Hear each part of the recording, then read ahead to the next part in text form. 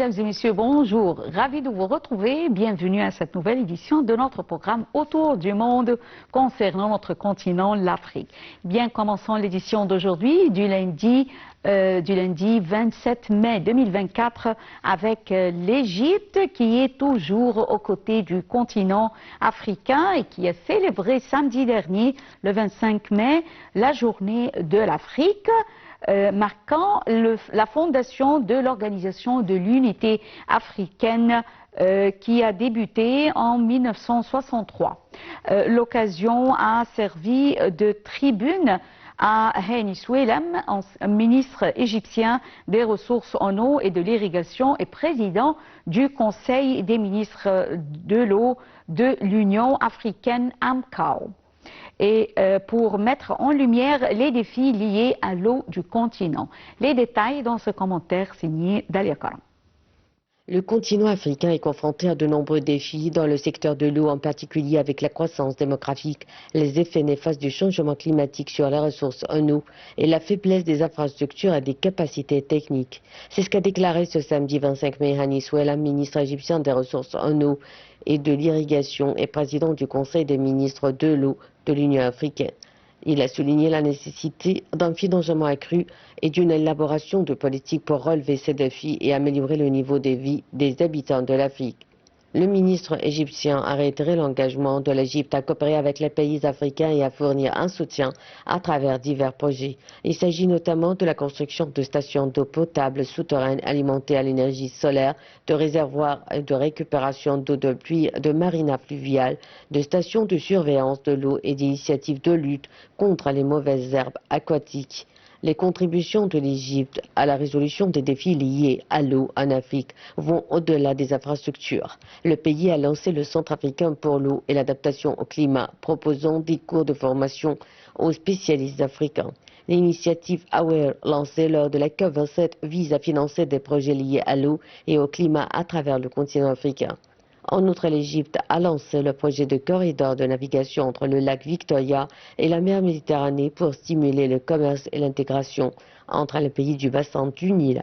Le ministre a souligné le rôle de l'Égypte dans la direction du Conseil des ministres africains chargé de l'eau, en défendant la coopération sur les questions climatiques et en plaidant pour l'accès à l'eau et en encourageant les investissements internationaux dans le secteur. Les réalisations de l'Égypte au cours de sa présidence du Conseil des ministres de l'eau de l'Union africaine comprennent l'accueil de la 13e session de l'Assemblée générale au Caire avec une participation record.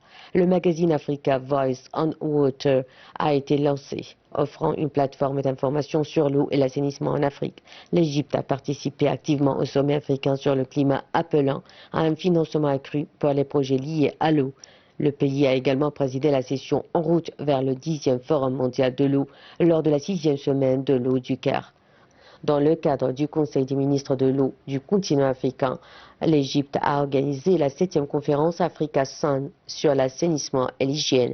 Récompensé pour ses progrès dans le domaine, lors de la COP28, le ministre Souelem a participé au lancement du plan d'action pour l'investissement en Afrique en présentant des propositions d'investissement dans le secteur de l'eau. L'Égypte a également dirigé le volet africain du 10e Forum mondial de l'eau, présentant une vision unifiée des défis liés à l'eau du continent africain. Le pays se prépare actuellement à accueillir la Semaine africaine de l'eau conjointement avec la 7e semaine de l'eau du Caire en octobre 2024.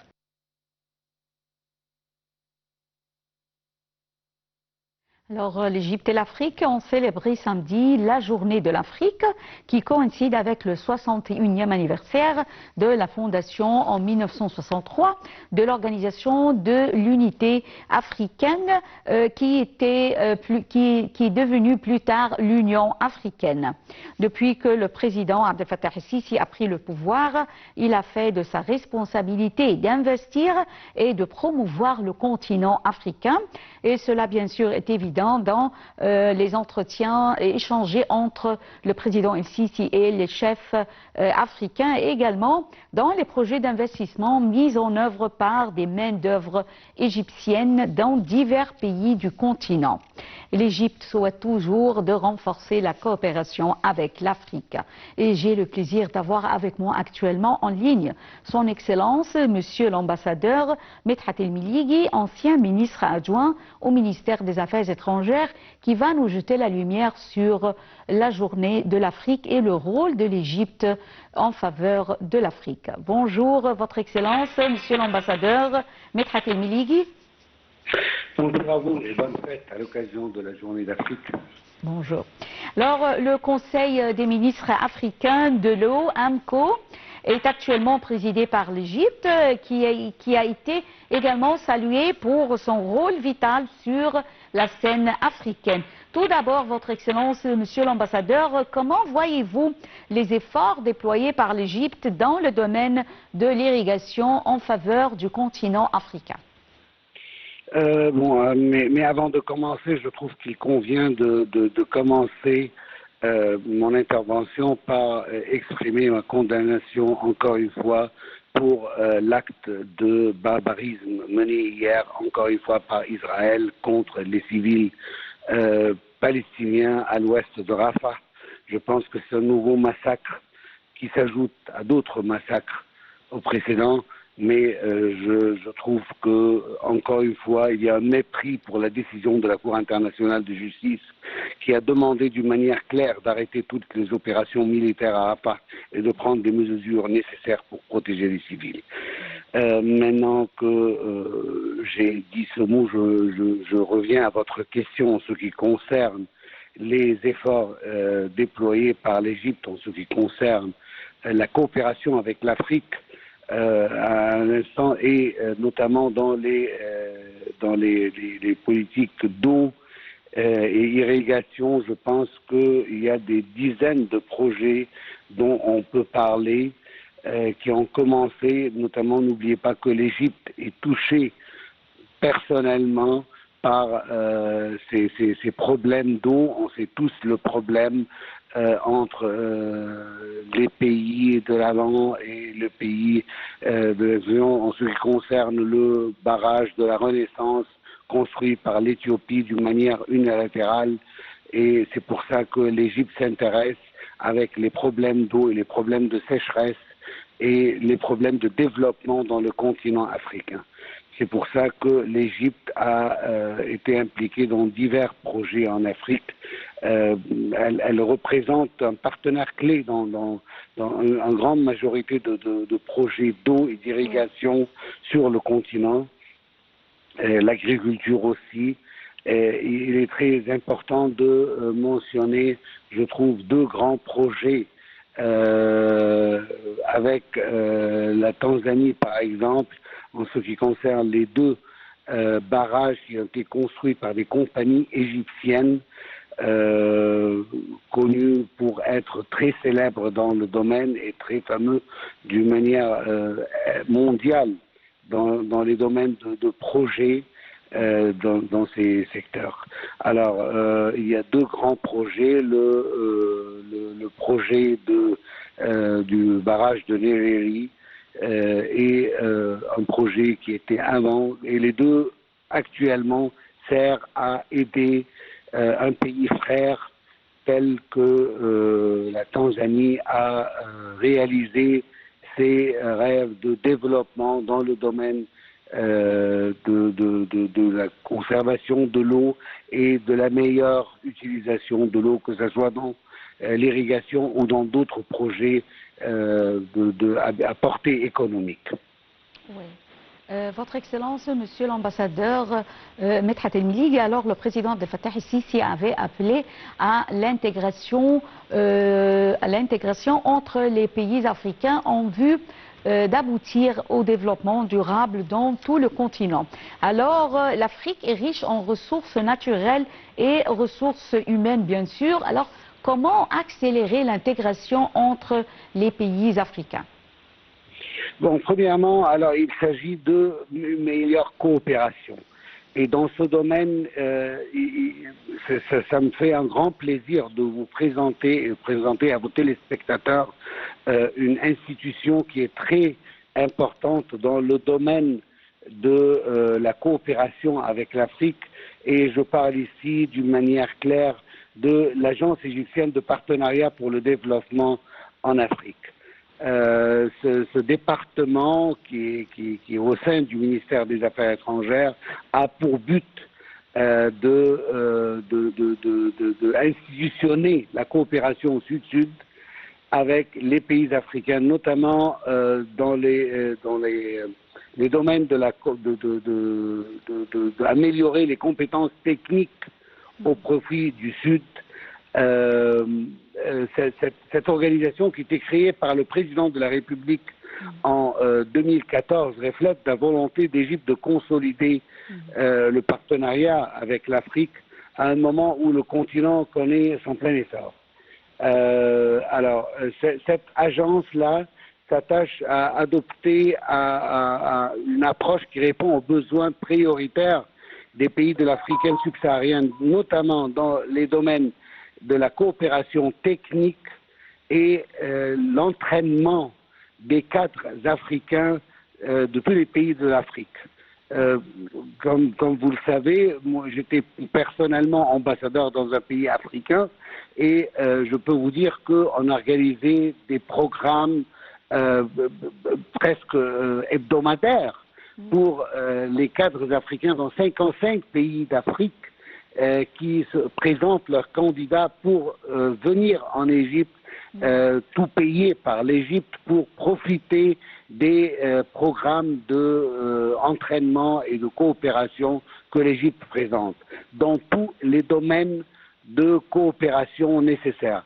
Non seulement cela, mais je veux ajouter qu'il y avait aussi des programmes qui étaient taillés selon la demande des pays africains pour pouvoir répondre aux nécessités et aux besoins africains tels qu'ils le désirent eux-mêmes, étant donné que le pays, que l'Égypte, connue pour son expertise dans pratiquement tous les domaines dont l'Afrique en a besoin, pouvait organiser des programmes pour cela.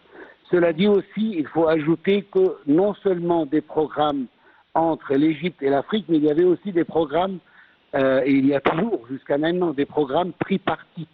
Je parle ici de programmes entre l'Égypte, d'autres organisations internationales en faveur des cadres africains. Alors avec d'autres pays, d'autres organisations et de coopération internationale mondiale, que ce soit en Asie, que ce soit en Europe, en faveur des Africains. Alors, je trouve que ça, c'est un esprit de leadership égyptien qui est reflété par son désir d'aider les pays africains dans tous les domaines dont ils désirent. Monsieur l'ambassadeur, comment voyez-vous la coopération entre l'Égypte et les pays africains en ce qui concerne le domaine de l'énergie, notamment l'énergie solaire, puisque on peut dire que l'Afrique jouit pendant toute l'année de l'énergie provenant du soleil? Alors, dans le domaine de l'énergie, je peux citer, entre autres, plusieurs projets. Par exemple, il y a aussi, encore une fois, puisque vous mentionnez l'énergie solaire notamment, il y a un grand programme et un grand projet avec, encore une fois, la Tanzanie, qui est une des expériences très réussites en ce qui concerne les fermes conjointes en Afrique. Elle est destinée à être la plus grande centrale solaire de ce pays ami. Elle permet la multiplication des capacités et des productivités de cette ferme commune. Elle améliore son efficacité en termes de système aussi d'irrigation au goutte à goutte. Alors, dans le domaine de l'énergie solaire, il y a d'autres projets aussi envisageables avec plusieurs pays africains. N'oublions pas que l'Afrique, en sa totalité, jouit d'un soleil bien ardent qui peut bien fournir l'énergie nécessaire aux réacteurs solaires, de sorte que c'est une autre source d'énergie, étant donné qu'il y a un déficit d'énergie en Afrique d'un point de vue global. Alors, on doit utiliser au maximum le soleil qui nous est présenté gratuitement pour pouvoir travailler en faveur de l'Afrique. N'oublions pas que l'Égypte, aussi en tant qu'expert, elle est en train de construire actuellement une des fermes les plus grandes du monde dans le domaine de l'énergie solaire, ce qui la place dans une place très avancée vis-à-vis beaucoup d'autres pays, même industrialisés et même avancés en Europe, dans ce domaine de l'énergie solaire, et qui peut aider l'Égypte à aider ses frères et ses sœurs en Afrique pour pouvoir améliorer la gestion des ressources solaires dont ils disposent. La route, le Caire, le Cap, on peut dire que c'est la plus longue route, le plus long trajet reliant les pays d'Afrique du Nord au Sud. Veuillez nous donner plus de détails sur cette route, le Caire, le Cap. Bon, alors, le projet, le Caire, le Cap, est un projet, un des plus grands projets ambitieux. Encore une fois, je dois répéter des choses que j'avais précédemment dit, étant donné que j'ai servi mon pays en tant que consul au Soudan. Alors, j'étais moi-même témoin de voir une grande partie de cette route qui traverse le Soudan, qui était construite par des compagnies égyptienne et payée même par l'Égypte, pas par le Soudan qui avait un problème à fournir les moyens financiers nécessaires pour la continuation de cette route qui va théoriquement passer par 11 États pour lier le Caire au Cap en Afrique du Sud. Cela permettra aux investisseurs de transférer leurs marchandises au pays par cette longue artère terrestre en une durée qui pourra ne pas dépasser les 4 jours, contrairement à la voie maritime qui peut prendre plusieurs mois.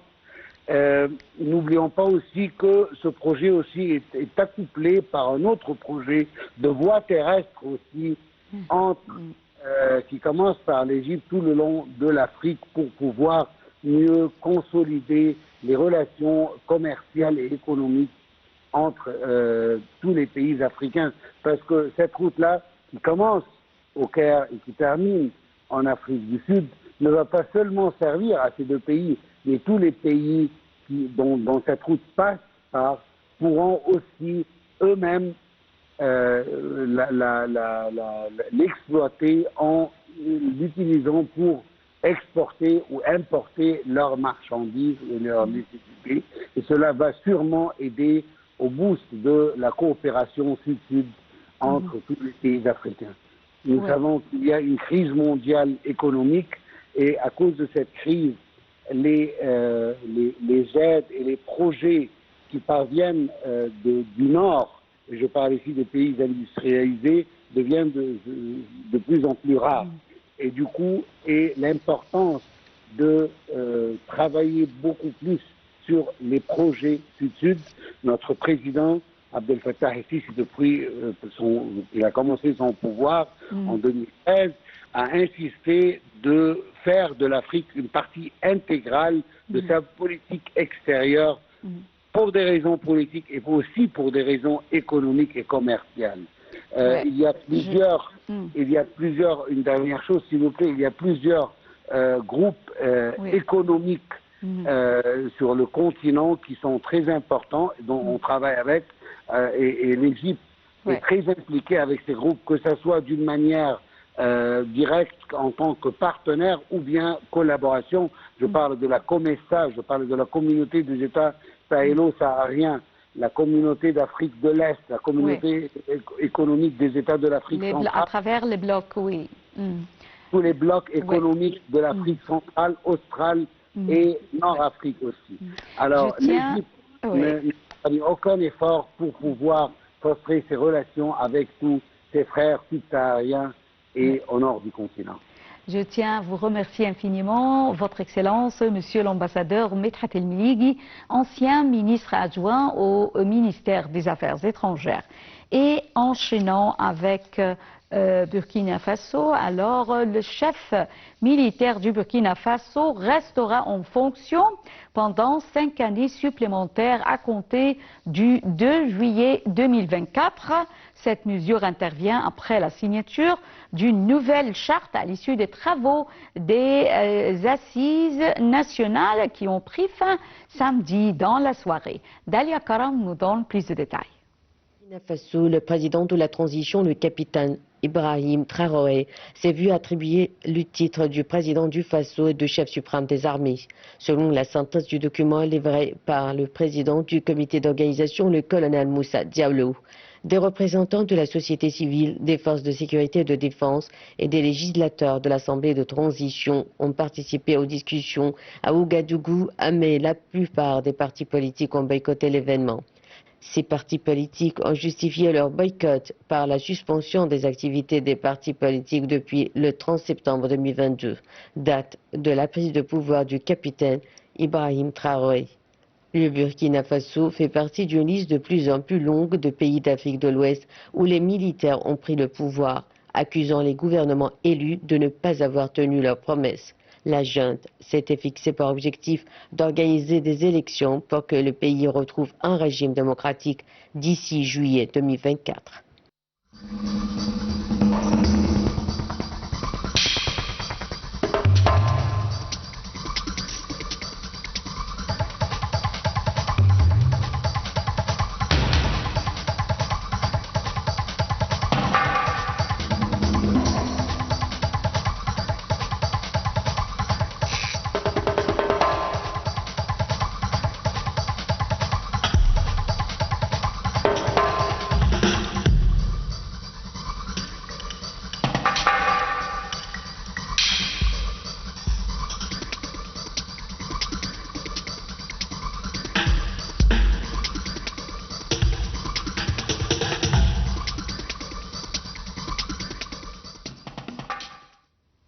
Changeons un peu de sujet avec le Maroc. Alors, la 29e édition du Salon international du livre du Maroc a débuté la semaine dernière à Rabat, attirant les amateurs de livres et de littérature et les intellectuels de tout le pays. Plus de détails dans ce commentaire.